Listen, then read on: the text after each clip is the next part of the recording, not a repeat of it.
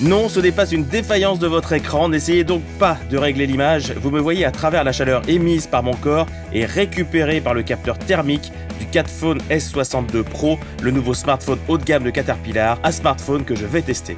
Ok, quand l'idée de tester le Catphone S62 Pro a émergé, je me suis posé la question de savoir si ça en valait la peine. Je veux dire, ça aurait pu être un énième smartphone durci qui va miser sur sa résistance pour séduire les professions difficiles. Mais Caterpillar m'a simplifié la vie parce que dans son haut de gamme, ils ont intégré un capteur thermique, comme sur la génération précédente d'ailleurs. Alors j'ai appelé l'Angleterre pour qu'il m'envoie ce petit bijou équipé d'un capteur Lepton 3.5 de chez FLIR. Le petit bijou, il est là. Enfin, on est sur du bon gros bijou quand même parce que ça pèse 248 grammes. C'est peut-être le prix à payer pour avoir la résistance militaire, l'étanchéité et une grosse batterie de 4000 mAh. Il tourne sur Android 10, une mise à jour majeure prévue, donc sans doute Android 11 et 3 ans de mise à jour de sécurité.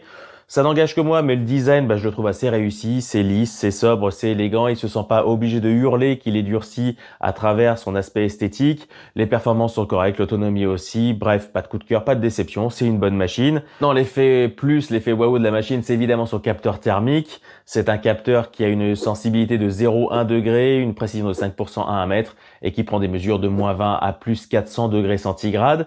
L'aspect logiciel a été extrêmement travaillé. C'est très professionnel, ça fourmille de réglages. Moi, celui qui m'a le plus amusé, c'est celui qui permet de superposer l'image du capteur normal et l'image du capteur thermique. À la clé, des images très parlantes et une analyse vraiment intuitive. Alors, un smartphone agréable à l'usage avec un capteur thermique très performant, à quoi ça sert? En fait, la seule limite, ça va être votre imagination. Ça peut détecter un réseau de chaleur dans le sol, voire des câbles électriques sur un mur, un gradient de température sur une mécanique, une chaleur résiduelle, bref, c'est sans fin. D'autant qu'un capteur thermique, ça n'a pas besoin de la lumière du jour, ça peut fonctionner dans le noir complet. Les images qui sont issues de ce capteur conservent toutes les données à la prise de vue, ce qui fait que même après coup, on peut relever une température sur la photo. Au niveau des petits bémols, moi celui que j'aurais, c'est sur les vidéos qui sont un peu saccadées parce qu'il n'y a que 9 images par seconde. Alors c'est pas une contrainte technique, c'est une contrainte réglementaire. Au-delà de 9 images par seconde, il serait passé du côté des appareils militaires et là pour la vente et l'export, ça aurait été beaucoup plus compliqué. Bref, ce smartphone, vous l'avez vu, il m'a conquis.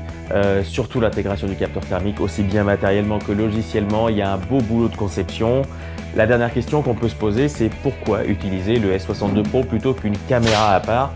Simplement parce qu'une caméra en plus, c'est un appareil en plus, c'est un appareil dont il faut vérifier l'autonomie et c'est un appareil qui n'a pas toutes les capacités de communication d'un smartphone moderne et rien que pour ça, le S62 Pro a tout pour séduire.